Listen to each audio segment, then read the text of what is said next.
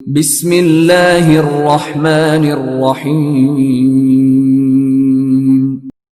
Iqra बिस्मि रब्बिकल्लज़ी खलक़।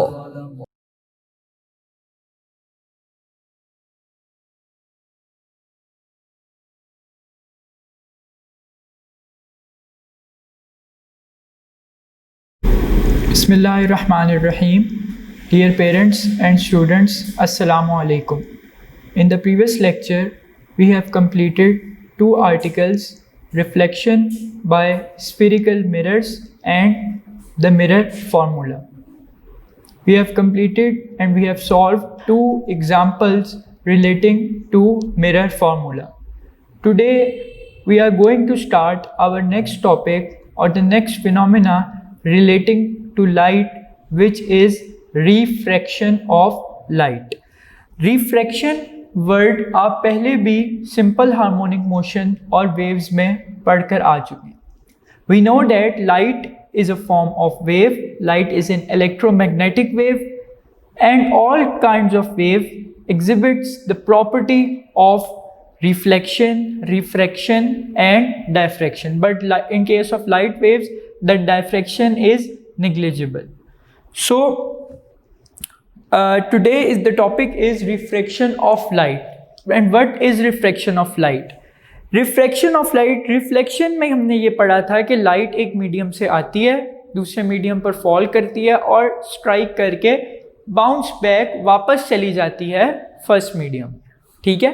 Refraction में इससे थोड़ा सा डिफरेंट होता है. रिफ्रैक्शन में क्या होता है कि लाइट एक मीडियम से आती है और दूसरे मीडियम के अंदर चली जाती है. वो स्ट्राइक बैक नहीं करती, बल्कि वो दूसरे मीडियम के अंदर चली जाती है. ठीक है. दूसरे मीडियम के अंदर जब चली जाती है तो वो अपनी डायरेक्शन और स्पीड को चेंज कर लेती है.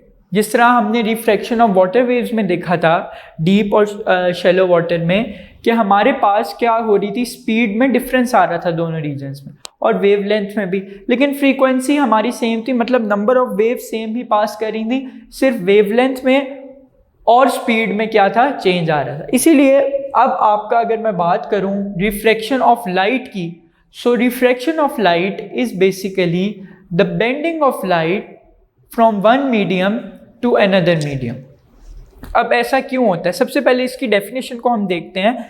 डेफिनेशन में वो कह रहा है, page number 43, the process of bending of light. Bending का क्या मतलब होता है? बेंडिंग का मतलब अपनी डायरेक्शन से हट जाना. ठीक है, टेढ़ा हो जाना बिल्कुल. The process of bending of light as it passes from air into glass and vice versa is called refraction of light. Refraction का आपको वाइस वर्सा का मतलब आपको पता है कि अगर एयर से ग्लास की बात हो रही है, वाइस वर्सा का मतलब है कि ग्लास से एयर. ठीक है, उल्टा उससे बिल्कुल. अब बेंडिंग ऑफ लाइट फ्रॉम, यहां मैंने वर्ड लिखा है from rare to denser medium. उसने वहां पर यूज किया है word from air to glass. ठीक है, या ग्लास टू एयर. ठीक है, एक ही बात, डिफरेंट वो हो जाएगा. अब एयर आपके पास क्या है? एयर एक स्टेट ऑफ मैटर में है. आपके पास मैटर की आपको पता है 3 स्टेट्स हैं, 4 स्टेट्स हैं, solid, liquid, gases and plasma. ठीक है, ज़्यादातर हम 3 स्टेट्स को ही डिस्कस करते हैं, सॉलिड, लिक्विड और गैस को. अब एयर जो है वो आती है आपके पास, वो मिक्सचर ऑफ गैसेज है, आपको पता है. ठीक है, वो गैसेस का मिक्सचर है, तो वो गैस हुई आपके पास स्टेट ऑफ मैटर में, और ग्लास है आपके पास सॉलिड. अब आपने चैप्टर नंबर 7 में डेंसिटी का आर्टिकल पढ़ा है. चैप्टर नंबर 7 9th क्लास में डेंसिटी का आर्टिकल पढ़ा है. और आपको पता है कि गैसेस जो होती हैं, अगर मैंने गैसेस फॉर एग्जांपल इस कंपार्टमेंट में मेरे पास गैस है, तो गैस के मॉलिक्यूल्स का जो डिस्टेंस होता है आपस में, वो बहुत दूर दूर होता है, फार अपार्ट होते हैं मॉलिक्यूल्स आपस में. ठीक है, इसके बदले में अगर आप सॉलिड को देखें तो सॉलिड में जो होते हैं, सॉलिड में आपको पता है कि जो मॉलिक्यूल्स होते हैं वो आपस में क्या होते हैं, क्लोजली पैक टुगेदर होते हैं. इस तरह की कुछ अरेंजमेंट होती है. अभी ये क्योंकि मैं जल्दी में बना रहा हूं, इसलिए अभी जो है बड़ा छोटा हो सकता है. ठीक है, कहने का मकसद ये है कि इसमें मॉलिक्यूल्स आपके हैं क्लोजली पैक्ड टुगेदर, सॉलिड के केस में. और जो गैस है उसमें है फार अपार्ट, उसमें बहुत दूर दूर है मॉलिक्यूल्स, ठीक है। अब होता क्या है, जब लाइट ट्रेवल करती है एयर से या रेयर मीडियम हम किसको कहते हैं, which is having low density, जिसकी डेंसिटी क्या हो, लो हो। और आपको पता है कि मैटर की स्टेट्स में सबसे ज्यादा डेंसिटी किसकी होती है, सबसे ज्यादा डेंसिटी होती है सॉलिड की, सबसे ज्यादा डेंसिटी किसकी होती है, सॉलिड की। उसके बाद लिक्विड्स और सबसे कम डेंसिटी होती है गैसेस की। क्यों, क्योंकि उनके दरमियान डिस्टेंस बहुत ज्यादा होता है। और डेंसर मीडियम को कहते हैं which have greater density like solids. So जब लाइट ट्रेवल करती है फ्रॉम रेयर मीडियम और the medium having low density to the denser medium having high density और मोर डेंसिटी, तो क्या होता है, लाइट की जो डायरेक्शन ऑफ ट्रेवल होता है वो चेंज हो जाता है। या लाइट क्या करती है, लाइट आ रही होती है तो लाइट बेंड कर जाती है, ठीक है। इसकी अगर आप प्रैक्टिकल एग्जांपल देखें तो आपके पास, आप अपने घर में ही इस एक्सपेरिमेंट को परफॉर्म कर सकते हैं। आप अगर यहाँ भी देखें तो आपके पास फिगर 12.7 में एक ग्लास है, उसमें वाटर फिल हुआ है। उसके अंदर कभी हो सकता है आपने पहले भी ऑब्जर्वेशन की हो, लेकिन आपको उसके पीछे जो कॉन्सेप्ट है उसका ना पता हो, कि जब आप पेंसिल को या किसी भी चीज़ को, खासतौर पर पेंसिल को आप डिप करते हैं इन अ ग्लास ऑफ वाटर, तो आपको ऐसा लगता है that the pencil is broken, कि पेंसिल जो है वो टूट गई है ग्लास में जाकर। लेकिन ऐसा नहीं होता, ऐसा नहीं होता। आपको देखने में इस तरह लगता है कि जो वो पेंसिल है वो क्या हो गई है, टूट गई है, द पेंसिल इज ब्रोकन। लेकिन हकीकत में क्या हो रहा होता है कि जो लाइट की डायरेक्शन है, ठीक है, या लाइट जो आ रही है उसकी डायरेक्शन ऑफ ट्रेवल चेंज हो जाती है थोड़ी सी। क्यों, इस फिनोमिना को हम कहते हैं रिफ्रैक्शन। अब ये क्यों होता है, वो इसलिए होता है, अगर आप देखें तो एक जो पार्ट है, थोड़ा सा अगर आप जो है फिल कर लें ग्लास को, और ऊपर से हाफ फिल कर लें या थोड़ा सा क्वार्टर उसको फिल कर लें, और थोड़ा सा पार्ट ऊपर से छोड़ दें, तो आधा पार्ट जो होगा पेंसिल का, या आधे से ज़्यादा वो वाटर के अंदर होगा, और थोड़ा सा पार्ट उसका वाटर के बाहर होगा। और वाटर के बाहर क्या है, वाटर के बाहर फ्री स्पेस है या एयर है, ठीक है। तो एक, और लाइट की मदद से आप उसको देख रहे हैं, तो लाइट जो आकर उस पर फॉल कर रही है, आधी जो लाइट है वो रेयर मीडियम में है, और उसके बाद लाइट किस में ट्रेवल हो रही है, डेंसर मीडियम लिक्विड में, यानी कि फ्रॉम गैस टू लिक्विड जा रही है आपके पास लाइट। तो अगर आप गैस में देखें तो गैस में लाइट की जो रेज हैं वो इजीली ट्रेवल कर सकती हैं। क्यों ट्रेवल कर सकती हैं, क्योंकि गैस के जो मॉलिक्यूल्स हैं उनके दरमियान डिस्टेंस बहुत ज़्यादा है, इजीली आराम से वो गुजर सकते हैं। इसकी एग्जांपल इस तरह लें कि अगर तो बहुत क्राउडेड जगह पर आप हैं तो आपको जाने में मसला होगा बहुत, ठीक है। जैसे बड़े जलसे वगैरह होते हैं, उनमें अगर आप देखें तो आपको आगे जाने में थोड़ा मसला होगा, आप इस तरह मतलब बहुत फंस कर जा रहे होंगे, क्योंकि वो क्राउडेड है, डेंस है, वहाँ पर लोगों की तादाद बहुत ज़्यादा है। उसके अलावा अगर आप कहीं वैसी, फॉर एग्जांपल ये कमरा है, मैं यहाँ पर इजीली ट्रैवल कर सकता हूँ, कोई भी यहाँ पर लोग नहीं है, क्योंकि यहाँ मेरे पास स्पेस अवेलेबल है। Same is the case with light, कि यहाँ पर गैस के केस में जब लाइट गैस वाले क्योंकि मीडियम है ना, तो लाइट गैस के मीडियम में है, तब लाइट को पैसेज लाइट का बहुत इजी है, क्योंकि स्पेस जो है उसको वो अवेलेबल है। लेकिन जैसे ही वो लिक्विड या सॉलिड में आएगी, लिक्विड में भी आपको पता है स्पेसेस नेग्लिजिबल होती हैं, सॉलिड जितनी थोड़ी सी स्पेसेस होती हैं लेकिन ऑलमोस्ट नेग्लिजिबल होती हैं। तो जैसे ही वो रेयर मीडियम जिसकी डेंसिटी कम है, डिस्टेंस बहुत ज़्यादा है मॉलिक्यूल्स के दरमियान, रेयर से डेंसर मीडियम में जाती है, तो फिर उसकी डायरेक्शन ऑफ ट्रेवल चेंज हो जाती है। पहली चीज़, उसकी स्पीड चेंज हो जाएगी। आप एक खुली जगह पर आराम से तेज़ी से मूव कर सकते हैं दौड़ लगा कर, लेकिन अगर आप डेंस या क्राउडेड एरिया में तो आप इस तरह दौड़ नहीं लगा सकते, आपको मुश्किल होगी, आपकी स्पीड रिड्यूस कर जाएगी। Same is the case with light, कि जब वो रेयर से डेंसर मीडियम की तरफ जाती है तो उसकी स्पीड चेंज होती है, और स्पीड की वजह से उसका डायरेक्शन भी चेंज हो जाती है, बेंड हो जाती है लाइट। इसी तरह जैसे अगर आप मूव कर रहे हैं क्राउडेड एरिया में, आपको धक्के पड़ रहे हैं, तो आप, क्योंकि इसको जो लाइट रेज है उसे एक तरह से मॉलिक्यूल जो क्लोजली पैक्ड हैं उनके धक्के पड़ेंगे, जिसकी वजह से वो बेंड कर जाएगी, अपनी डायरेक्शन ऑफ ट्रेवल को क्या कर लेगी, चेंज कर ले। ठीक है, सो ये फिनोमिना था कि the process in which the light bends as it passes from air और रेयर मीडियम टू ग्लास और the denser medium is called refraction of light. Refraction क्यों होती है, वाई रिफ्रैक्शन अकर्स, रिफ्रैक्शन इसलिए होती है क्योंकि जो स्पीड ऑफ लाइट है वो रेयर मीडियम में ज़्यादा है और डेंसर मीडियम में कम है, उसकी वजह से ही उसकी डायरेक्शन चेंज हो जाती है। सो यही आपके पास है कि the process of bending of light as it passes from air into glass and vice versa. यही होगा कि अगर वो ग्लास से एयर में जाएगी तो उल्टा हो जाएगा, तब उसकी स्पीड बढ़ जाएगी, ग्लास में स्पीड कम होगी, जैसे ही वो एयर में जाएगी स्पीड बढ़ जाएगी। तो वही सेम फिनोमिना बेसिकली वो जो पेंसिल आपको लगती है वो ब्रोकन नहीं होती, बल्कि आपको वो लग रहा होता है कि अपीयर इस तरह हो रही होती है। ठीक है, अपेरेंट आपको इस तरह लग रहा होता है कि वो पेंसिल टूट गई है पानी के अंदर जाके, लेकिन ऐसा नहीं होता, सिर्फ वो थोड़ी सी बेंड हो जाती है, वो आपको आपकी आंखों से लगता है। ठीक है, और आपको पता है हमें चीज़ें नज़र क्यों आती हैं, क्योंकि जब लाइट पड़ती है किसी ऑब्जेक्ट पर रिफ्लेक्ट करके कहाँ जाती है, हमारी आंख में, हमारी आंख में लगा हुआ है लेंस, उस लेंस से रिफ्रैक्ट करके जाती है, रेटिना पे पड़ती है, फिर ब्रेन इमेज बनाकर हमें वो ऑब्जेक्ट दिखाता है। ठीक है, सो हमें ऐसा लगता है कि वो पेंसिल ब्रोकन है, लेकिन हकीकत में ऐसा नहीं होता। अगर आप देखें तो फिगर 12.7 में जो पेंसिल का पार्ट वाटर से ऊपर है उसे हम कह रहे हैं रियल पार्ट।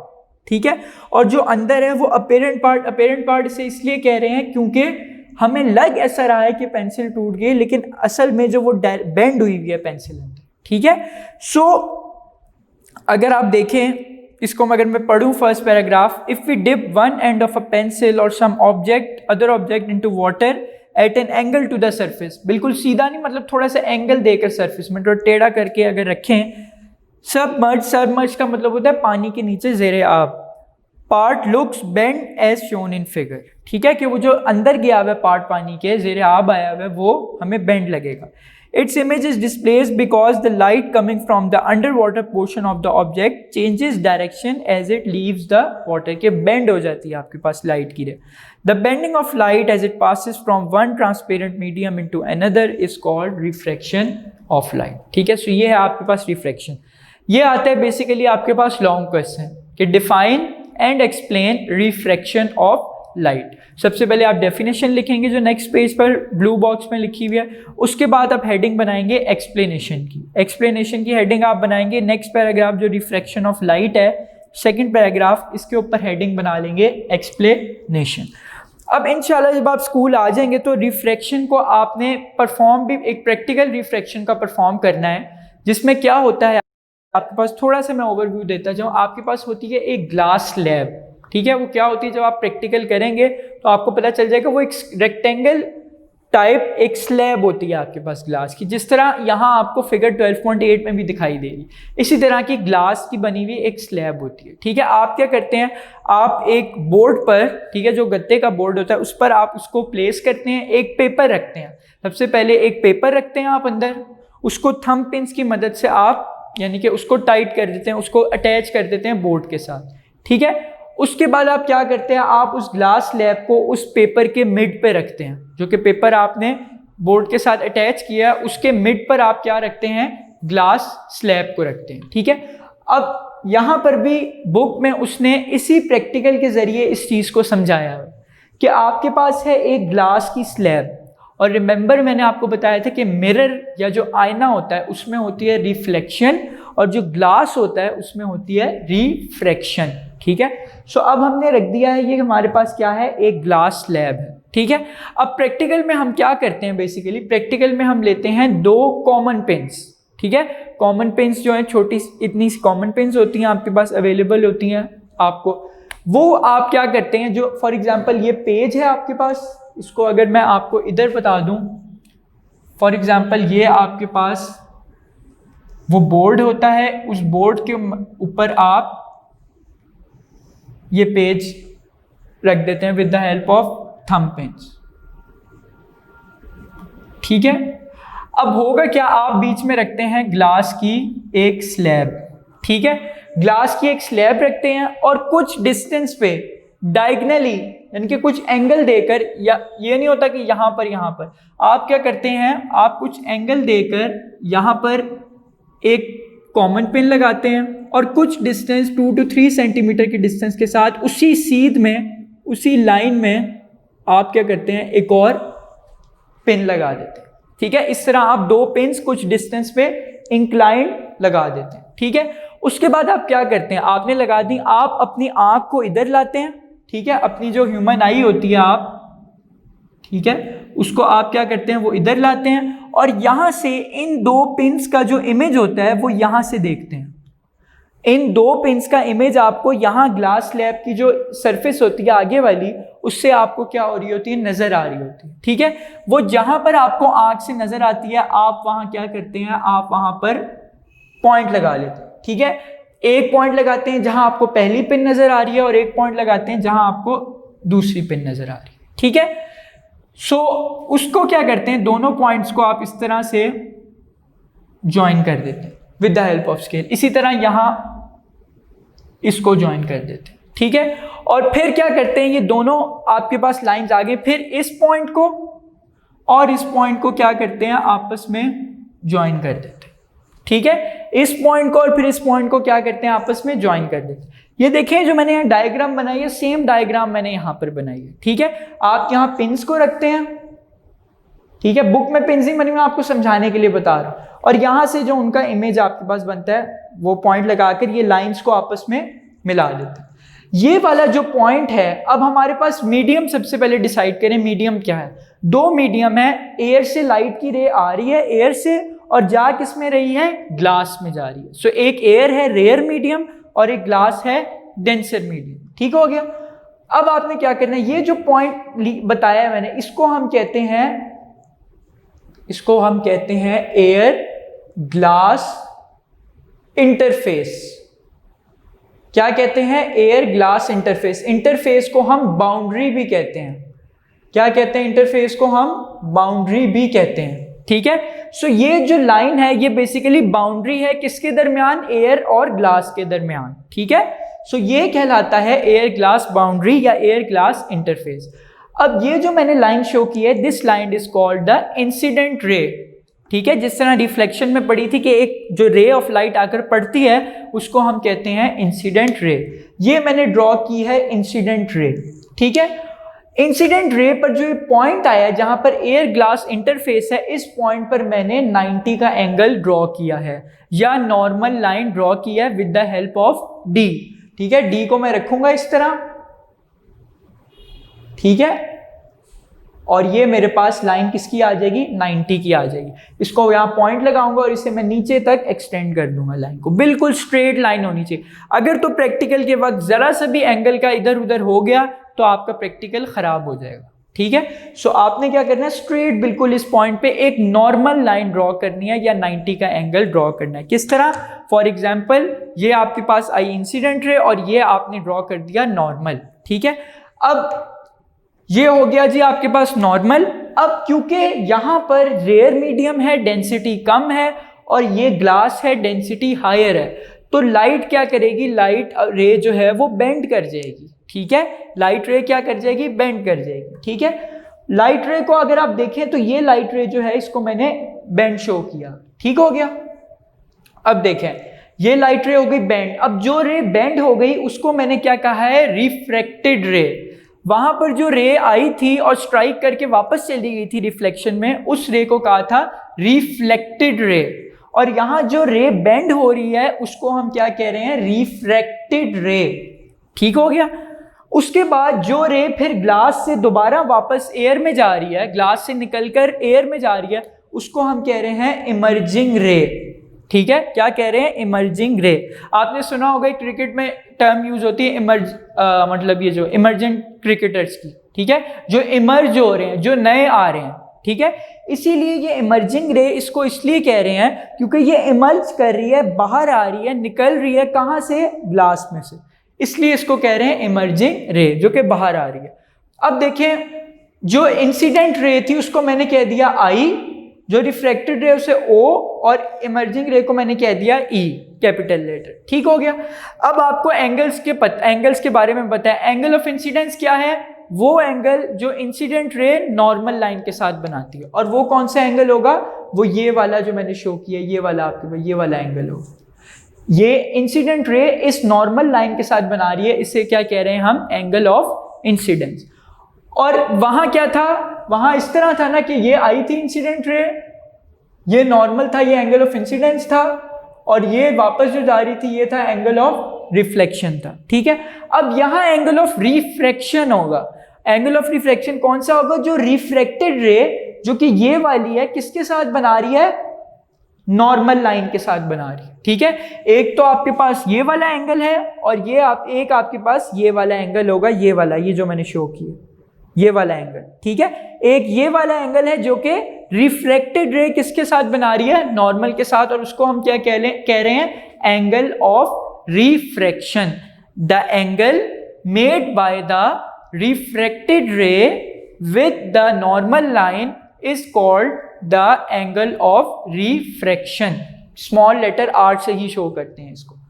सो ये हो गया हमारे पास एंगल आ गया, angle of incidence, angle of refraction, incident ray, refracted रे और इमर्जिंग रे। ठीक है, अब यहां हमने क्या करना है? हमने एंगल ऑफ इंसिडेंस और एंगल ऑफ रिफ्रैक्शन को कैलकुलेट करना है। ठीक है, हमारा जो मेन पर्पस होता है प्रैक्टिकल में वो ये होता है कि इन दोनों एंगल्स की वैल्यू को कैलकुलेट किया जाए। अब आपने ये डायग्राम इसी तरह बनानी है जैसा कि मैंने बनाई है। ठीक है, आप डी का इस्तेमाल भी कर सकते हैं एंगल्स अपनी मर्जी से बनाने के लिए। ठीक है, और बिल्कुल इसी तरह और बताना है, और ख़ास तौर पे डायरेक्शन रेस की, कि डायरेक्शन नीचे की तरफ है, ये सारी मैंने जैसे शो की, और हर रे का बताना है ये इमर्जिंग रे है, ये रिफ्रैक्टेड रे है, ये इंसिडेंट रे है, एंगल ऑफ इंसिडेंस और एंगल ऑफ रिफ्रैक्शन को भी शो करें। ठीक हो गया। सो एयर ग्लास इंटरफेस आ गया। उसके बाद आपका अब एक्सप्लेनेशन की जो मैंने हेडिंग बनवाई थी वहां से पढ़ना शुरू करें। Refraction of light can be explained with the help of figure 12.8। A ray of light IO, वो जो इंसिडेंट रे आ रही है उसको किसका नाम दिया है? IO का। ठीक है, और रिफ्रैक्टेड रे को नाम दिया है हमने कैपिटल R से शो किया। O बेसिकली वो बाउंड्री पॉइंट है जहां वो टकरा रही हैं। So a ray of light IO travelling from air से आ रही है, falls on the surface of a glass block. Glass slab भी कह सकते हैं, ग्लास ब्लॉक भी कह सकते हैं। At the air glass interface, interface वही बाउंड्री जो होगी एयर और ग्लास की। द रे ऑफ लाइट IO, जो कि IO इंसिडेंट रे आ रही है, changes direction and bend towards the normal and travels along the path OR inside the glass block. कि वो क्या कर रही है? इंसिडेंट रे आकर नॉर्मल की तरफ बेंड हो रही है। ठीक है, इसको अगर मैं साइड पे बताऊं आपको, ये इंसिडेंट रे है, ये नॉर्मल है। अब वो जो बेंड कर रही है वो नॉर्मल की तरफ बेंड कर रही है, नॉर्मल की साइड पर बेंड कर, मतलब आ रही है और फिर बेंड होकर कहाँ जा रही है? फॉर एग्जाम्पल ये आई है इंसिडेंट रे, ठीक है, ये नॉर्मल है तो ये नॉर्मल की तरफ बेंड हो रही है। ठीक है, वो कहाँ बेंड हो रही है? नॉर्मल की तरफ बेंड हो रही है। ठीक है, सो ये इंसिडेंट रे आ गई और ये नॉर्मल की तरफ आपके पास बेंड हो गई। So at the air glass interface, the ray of light IO changes direction and bend towards the normal and travels along the path OR inside the, और OR की तरफ बेंड कर ली। ये OR जो कि रिफ्रैक्टेड रे है हमारे पास, OR। The rays IO and OR are called the incident ray and refracted ray respectively। कि IO क्या है? इंसिडेंट रे है, और OR क्या है? रिफ्रैक्टेड रे। अब आ रही हैं डेफिनेशंस एंगल ऑफ इंसिडेंस और रिफ्रैक्शन की। The angle I made by the incident ray with the normal is called the angle of incidence। इसी तरह the angle R made by the refracted ray with the normal is called the angle of refraction। ठीक हो गया। When refracted ray leaves the glass, it bends away from the normal। अब जो emerging ray है वो normal से बाहर, normal से अवे जा रही है। ठीक है, रिफ्रैक्टेड रे नॉर्मल की तरफ थी और जब इमर्जिंग रे ग्लास से बाहर निकली वो नॉर्मल से अवे जा रही है। इस तरह हो रहा है एक, और फिर वो बाहर की तरफ अवे जा रही है। ठीक है, सो इमर्जिंग रे is basically moving away towards the normal, from the normal. So when refracted ray leaves the glass, it bends away from the normal and travels along a path ME। ठीक है, उसने नाम दिया हुआ है इस जो बाउंड्री है, सेकंड बाउंड्री पॉइंट जो है, इसको नाम दिया हुआ है M का। तो रिफ्रैक्टेड रे OR फिर ME के पाथ में चलेगी। ठीक है, सो ये था आपके पास रिफ्रैक्शन ऑफ लाइट का फिनोमिना। नेक्स्ट हम मूव करते हैं अपने लॉज ऑफ रिफ्रैक्शन की तरफ। As in case of reflection there are also two laws of refraction. The laws of reflection were that the angle of incidence, angle of reflection and the normal all lie in the same plane. Same is the first law of refraction, that the angle of incidence, the angle of refraction r and the normal, और जो कि normal line होगी at the point of incidence, जहाँ पर वो incident कर रहे हैं, जिसको हमने कहा था एयर ग्लास इंटरफेस या एयर ग्लास बाउंड्री। सो वो कह रहा है कि angle of incidence, angle of refraction और normal line point of incidence पर जहाँ पर जाकर वो टकरा रही हैं वो एक ही प्लेन में लाई करेंगी। मतलब उनका जो प्लेन होगा ओवरऑल वो सेम ही होगा। ये नहीं होगा एक एक्स पर होगी एक वाई पर होगी, दोनों एक ही प्लेन में होंगे, ठीक है, एक ही एक्सिस पर होंगे। So the angle of incidence, the angle of refraction are and the normal at the point of incidence all lie in the same plane. यही हमने रिफ्लेक्शन में भी पढ़ा था। नेक्स्ट है हमारे पास the ratio of the sine of the angle of incidence to the sine of the angle of refraction r is always equal to the constant।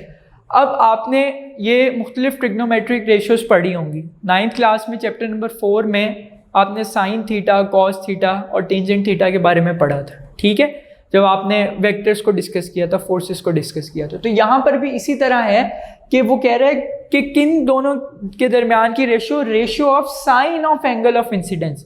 Basically जो work for day 7 में मैंने आपको बताया था कि हम प्रैक्टिकल परफॉर्म करते हैं रिफ्रैक्शन को ऑब्जर्व करने के लिए, उसमें एंड पर जो हम कैलकुलेशन करते हैं, हम एंगल ऑफ इंसिडेंस कैलकुलेट करते हैं डी की मदद से और एंगल ऑफ रिफ्रैक्शन कैलकुलेट करते हैं। उसके बाद उन दोनों का क्या लेते हैं, साइन लेते हैं। साइन कैलकुलेटर की मदद से, साइंटिफिक कैलकुलेटर में आप ले सकते हैं किसी भी एंगल का। सो साइन आई डिवाइड कर देते हैं किसको, साइन आर से, sine I divided by sine R. अब वो क्या कह रहे हैं कि वो जो sine I over sine R है वो एक कांस्टेंट होता है, उस कांस्टेंट को हम क्या कहते हैं, एन, या फिर हम उसको क्या कहते हैं, रिफ्रैक्टिव इंडेक्स। क्या कहते हैं, रिफ्रैक्टिव इंडेक्स। रिफ्रैक्टिव इंडेक्स क्या होता है, रिफ्रैक्टिव इंडेक्स किसी भी ऑब्जेक्ट का, ठीक है, आपको ये बताता है कि उसमें कितनी रिफ्रैक्शन हो सकती है। अगर तो रिफ्रैक्टिव इंडेक्स बहुत ज़्यादा है, इसका मतलब रिफ्रैक्शन बहुत ज़्यादा हो रही है उसमें, ठीक है। So sine of angle of incidence divided by sign of angle of refraction, ये किसके इक्वल होता है, एक कांस्टेंट के इक्वल होता है, और वो कांस्टेंट क्या कहलाता है, रिफ्रैक्टिव इंडेक्स। कांस्टेंट का मतलब क्या है कि अगर आप एंगल को जितना मर्जी चेंज कर दें, ठीक है, आपकी जो वैल्यू आएगी वो सेम ही आएगी, ठीक है। फॉर एग्जाम्पल आप 30 कर दें, 60 कर दें, या फिर बाद में उसको 60 कर दें, उसको 30 कर दें, आंसर सेम ही आएगा, क्योंकि n एक कांस्टेंट वैल्यू है, वो चेंज नहीं होती। आपको पता है कांस्टेंट वैल्यू चेंज नहीं होती। सो सेकेंड लॉ हमें क्या कहता है रिफ्रैक्शन का, कि the ratio of sine of angle of incidence over, ratio कहते हैं डिवाइड को, divided by sign of angle of refraction is a constant which is called refractive index, where the ratio of sin I over sin R is known as the refractive index of the second medium with respect to the first medium। ये जो n आता है हमारे पास, ये किसका n होता है, ये सेकंड मीडियम का होता है, जिसमें से लाइट क्या करती है, रिफ्रैक्ट करती है। फॉर एग्जांपल हमने जो केस डिस्कस किया उसमें ग्लास, उसमें जो ये n आएगा वो किसका होगा, वो ग्लास का होगा, क्योंकि उसने कहा ये जो n है ये सेकंड मीडियम का रिफ्रैक्टिव इंडेक्स बताता है with respect to first medium. With respect to इसमें क्या होगा, एयर। एयर का जो रिफ्रैक्टिव इंडेक्स होता है वो 1 होता है, ठीक है, उसको हम 1 लेते हैं और फिर उसके लिहाज से सारी कैलकुलेशंस को, एयर को हम यूज़ करते हैं एज ए मीडियम, फिर मुख्तलिफ जो है चीज़ों को रखते हैं, ग्लास को रख देते हैं, डायमंड को रख देते हैं, वाटर को रख देते हैं, मुख्तलिफ मीडियम्स को रख के चेक करते हैं कि रिफ्रैक्टिव इंडेक्स उनका एयर के हिसाब से क्या है, ठीक है। सो ये थे आपके पास दो लॉज ऑफ रिफ्रैक्शन। अब ये जो इक्वेशन है इसको हम क्या कहते हैं, it is called Snell's law, ठीक है, ये आपके पास आ जाता है एमसीक्यूज में, that this equation is called Snell's law. अब आपने ये जो राइट साइड पे टेबल एक बना हुआ है, जिस टेबल में मुख्तलिफ ऑब्जेक्ट्स के रिफ्रैक्टिव इंडेक्स दिए हुए हैं, इसको बहुत अच्छी तरह प्रिपेयर करना, क्योंकि इसमें से हर साल एमसीक्यूज आते हैं। फर्स्ट ग्रुप या सेकंड ग्रुप किसी में से भी किसी भी ग्रुप में भी एमसीक्यूज आ जाते हैं, ठीक है। इसमें सारे आपने याद करने हैं, अब इसमें समझाने वाली कोई चीज़ नहीं है, सिर्फ इसमें आपने याद रखने हैं इनके सारे रिफ्रैक्टिव इंडेक्स। डायमंड है, ठीक है, उसके बाद ग्लास एक ग्लास फ्लिंट है, एक ग्लास आपके पास क्राउन है, जो फ्लिंट होता है उसका रिफ्रैक्टिव इंडेक्स ज़्यादा होता है। ग्लास जो फ्लिंट ग्लास होता है उसे हम बेसिकली यूज़ करते हैं कॉनकेव लेंस को बनाने के लिए, ठीक है, और ग्लास क्राउन ग्लास जो होता है उसको हम यूज़ करते हैं कॉन्वेक्स लेंस को बनाने के लिए। दोनों का रिफ्रैक्टिव इंडेक्स में फ़र्क है। Ethyl alcohol, ice, water, air, ये सारे जितने भी हैं ये आपने याद रखने, कोई ना कोई आ जाता है एमसीक्यूज में। बहुत इंपॉर्टेंट टेबल है। जैसे पिछले चैप्टर में वो इंटेंसिटीज वाला टेबल था, इसी तरह ये इसमें ये वाला टेबल आपका बहुत इंपॉर्टेंट, ठीक हो गया। नेक्स्ट है आपके पास speed of a light in a medium. As I already told you that speed of light is different in different mediums. Air में स्पीड ऑफ लाइट ज़्यादा होगी क्योंकि मॉलिक्यूल्स जो हैं वो फार अपार्ट हैं, ईजीली लाइट ट्रेवल कर सकती है। लेकिन सॉलिड्स में लाइट की या लिक्विड्स में लाइट की स्पीड कम होगी एज कंपेयर टू गैसेस। क्यों? क्योंकि उनके जो मॉलिक्यूल्स हैं वो क्लोजली पैक्ड टुगेदर हैं, वहाँ मुश्किल होगी लाइट को पास करने में, जिसकी वजह से as a result their speed decreases. तो वो यहाँ पर यही बता रहा है speed of a light in a medium में refraction of light is caused by the difference in speed of light in different media. ठीक है, मीडियम का आपको सिंगुलर है कि मीडिया। एक अगर हम बात करते हैं वो ये बात कह रहा है कि जो रिफ्रैक्शन है वो किस वजह से होती है। वो कह रहा है refraction is caused by different speed of light in different mediums. कि अगर लाइट एयर से ग्लास में ट्रेवल कर रही है तो एयर में उसकी स्पीड और है और ग्लास में उसकी स्पीड और है, जिसकी वजह से ही वो बेंड हो रही है और उसमें रिफ्रैक्शन हो रही है। ठीक है, so refraction of light is caused by the difference in speed of light in different media. For example, the speed of light in air is approximately 3 into 10 raised to power 8 meter per second. इसको भी underline कर लें, ये आपका बहुत important MCQs है। अच्छा, जो रिफ्रैक्शन का लॉन्ग क्वेश्चन मैंने आपको बताया था वो सिर्फ आपने लॉज ऑफ रिफ्रैक्शन तक ही लिखना है। पहली हेडिंग में डेफिनेशन, उसके बाद एक्सप्लेनेशन और जो डायग्राम बनी हुई है वो बनानी है। एक्सप्लेनेशन की हेडिंग मैंने आपको बनवाई है। उसके बाद लॉज ऑफ रिफ्रैक्शन की हेडिंग बनानी है और दोनों लॉज लिखने हैं, वो आपका खत्म हो गया। अब आपका नेक्स्ट आर्टिकल है speed of a light in a medium. तो ये यहाँ जो बता रहा है कि स्पीड ऑफ लाइट एयर में कितनी है, 3 into 10 raised to power 8 metre per second. ये बड़ा इंपॉर्टेंट एमसीक्यूज है, इसको भी आप याद रख लें कि एयर में स्पीड लाइट की स्पीड ये है। However, when light travels through a medium such as water or glass, कि जब लाइट वाटर या ग्लास में से ट्रेवल करती है, इट्स स्पीड डिक्रीजेस। क्या होता है, उसकी स्पीड कम हो जाती है। क्यों? क्योंकि molecules closely packed together, light को पास करने में मुश्किल पेश आती है। The speed of light in water is approximately 2.3 into 10 raised to power 8 metre per second water में। अब आप देख सकते हैं कि वाटर में जैसे ही वो आई, ये थी आपके पास एयर में और ये है आपकी वाटर में। तो आपने देखा जैसे ही वो एयर से वाटर में आई तो स्पीड उसकी क्या हो गई, डिक्रीज हो गई। 3 into 10 raised to power 8 से कितनी हो गई, 2.3 into 10 raised to power 8। While in glass में कितनी है, 2 into 10 raised to power 8। Glass में कितनी है आपकी, 2 into 10 raised to power 8 metre per second. उससे भी कम है लिक्विड से, क्योंकि ग्लास सॉलिड है। सॉलिड में सबसे कम स्पीड हो जाएगी लाइट की, क्योंकि मॉलिक्यूल्स डेंसिटी बहुत ज़्यादा है सॉलिड्स की। सो ये तीनों स्पीड्स भी याद रखती हैं, ये भी एमसीक्यूज में आ जाती हैं। To describe the change in the speed of light in a medium, we use the term index of refraction और refractive index, क्योंकि मैंने आपको पहले भी बताया कि अगर हमने स्पीड ऑफ लाइट बतानी हो डिफरेंट मीडियाज में तो उसके लिए हम एक टर्म यूज करते हैं, जिस टर्म को हम कहते हैं वो क्या है, रिफ्रैक्टिव इंडेक्स। अब रिफ्रैक्टिव इंडेक्स जो है ये रिफ्रैक्शन से रिलेटेड है, और रिफ्रैक्शन क्यों होती है उसने बताया, difference in the speed of light in different media. So refractive index क्या है, refractive index is just the ratio of speed of light in air divided by speed of light in a medium. वो medium आपके पास solid भी हो सकता है, वो liquid भी हो सकता है, या वो गैस भी हो सकती है, या वो ग्लास भी हो सकता है इन केस ऑफ सॉलिड, या वो वाटर भी हो सकता है इन केस ऑफ लिक्विड, या वो एयर भी हो सकती है इन केस ऑफ गैस। तो यहाँ पर जो रिफ्रैक्टिव इंडेक्स है वो बेसिकली हमें बताता है कि कितनी रिफ्रैक्शन होगी या स्पीड ऑफ लाइट का क्या डिफरेंस है डिफरेंट मीडियम में। तो एक तो एयर में ज़्यादातर जो हम मीडियम लेते हैं वो एयर लेते हैं, ठीक है। एक तो एयर में आ गई स्पीड ऑफ लाइट, और डिवाइड किससे कर दिया, speed of light in medium. जो एयर में है उसको हम रिप्रेजेंट कर रहे हैं सी से, कैपिटल सी, और वी हम कर रहे हैं रिप्रेजेंट इन अ मीडियम, और वो मीडियम सॉलिड भी हो सकता है, ग्लास, लिक्विड वाटर या गैस एयर भी हो सकती है आपके पास। सो रिफ्रैक्टिव इंडेक्स को इस तरह कैलकुलेट करते हैं कि speed of light in air divided by speed of light in a medium, ये हमें बताता है refractive index of a certain medium. The refractive index n of a medium, definition है रिफ्रैक्टिव इंडेक्स की, शॉर्ट क्वेश्चन में आ जाती है। Refractive index n of a medium is the ratio of the speed of light c in air, यानी कि जो speed of light c है air में, डिवाइडेड बाय टू का मतलब रेशियो यूज हुआ तो इसलिए 2 का वर्ड यूज हुआ है, to the speed v of light in the medium, कि जो स्पीड ऑफ लाइट v है किसमें, मीडियम में। सो ये उन दोनों की रेशियो है, नीचे फॉर्मूला भी लिखना है शॉर्ट क्वेश्चन में अगर आ जाता। अब इससे रिलेटेड ही आपके पास एक एग्जाम्पल है, एग्जाम्पल 12.3, ठीक है, ये आप लोगों ने खुद करनी है। इसमें आपके पास कहा हुआ है कि एक रे ऑफ लाइट एयर से ग्लास की तरफ जा रही है, द एंगल ऑफ इंसिडेंस उसने बता दिया, एंगल ऑफ इंसिडेंस कितना है 30 डिग्री, डिग्री होता है ना यूनिट उसका एंगल का। If the refractive index of glass is 1.52, refractive index glass का बता दिया 1.52, then find the angle of refraction, तो बताना है कि एंगल ऑफ रिफ्रैक्शन क्या होगा। सिंपली आप क्या यूज करेंगे, आप यूज करेंगे Snell's law, n is equal to sine I over sine R, ठीक है। साइन आर की आपने वैल्यू निकालनी है, वही बात जो कल मैंने आपको बताई थी कि आपने 1 ओवर एफ की वैल्यू नहीं निकालनी, आपने एफ की वैल्यू निकालनी। इसी तरह आपने इसको रेस कर लेते हैं,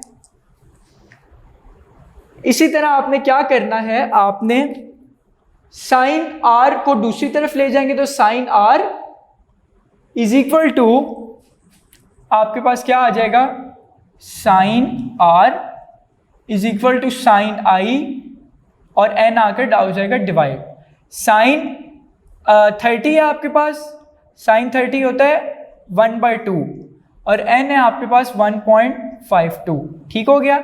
उसके बाद ये किसके इक्वल है, साइन आर की इक्वल, ठीक है। इसको अगर आप देखें बुक से उसने जो सॉल्व किया हुआ है, साइन 30 ओवर 1.52 आंसर आ रहा है 0.33। अब ये आंसर नहीं है आपका, आपने साइन आर की वैल्यू नहीं निकालनी, आपने आर की वैल्यू निकालनी है। तो जिस तरह हम लॉग को ख़त्म करने के लिए एंटी लॉग लेते हैं, इसी तरह साइन को ख़त्म करने के लिए हम साइन इनवर्स लेते हैं, यानी कि साइन का उलट लेते हैं। वो आपके पास कैलकुलेटर में होता है साइन इनवर्स, जब आप देखेंगे तो आपको नज़र आ जाएगा, ठीक है, साइन इनवर्स का।